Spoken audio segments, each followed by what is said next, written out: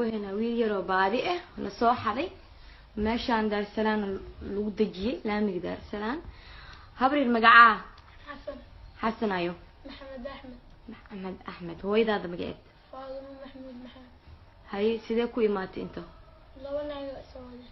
intee ka soo wadeen cadaado maxay ku siiyeen labada naag waxa aad iga soo qabay dheer sanka waxay mareen hay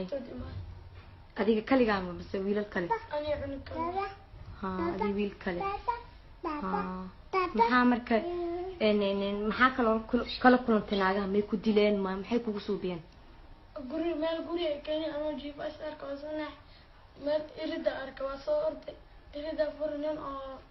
dhar cadaan oo tumaday wax oo qalab soo kalto naagan jilka beri u dhigteen hayka meel waxay isaarin sariir camal marka sayidin bas dan waxay kareen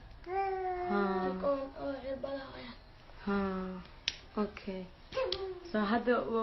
abaag muxuu ku magac dheer yahay Maxamed Dheere hooyadaada say ii sheegtay way dhimatay samaha waxa ku haysa abaag xaaskiisa ala joogto samaha okay abaag wax telefoon kama haysid ya ma sha Allah marka waxa ii sheegtay inaad tahay wiil Saleebana Saleeban ka biya ka tahay marka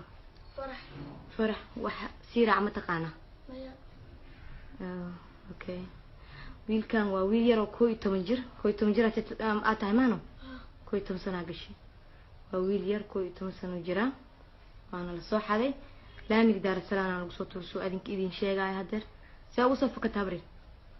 حق دقانك سالتان يسو خدان حتى ودا صاحب markii aad dageen waa baxeen markii hore waxay ku dhaheen dukaan cabitaan oo soo qabo sadii wax ka saaray ku xadeen hay markii hore ko saareeyeen dukaanka soo waxay soo qabo dadkii imaadan waxay mareen sankay ku saareen okay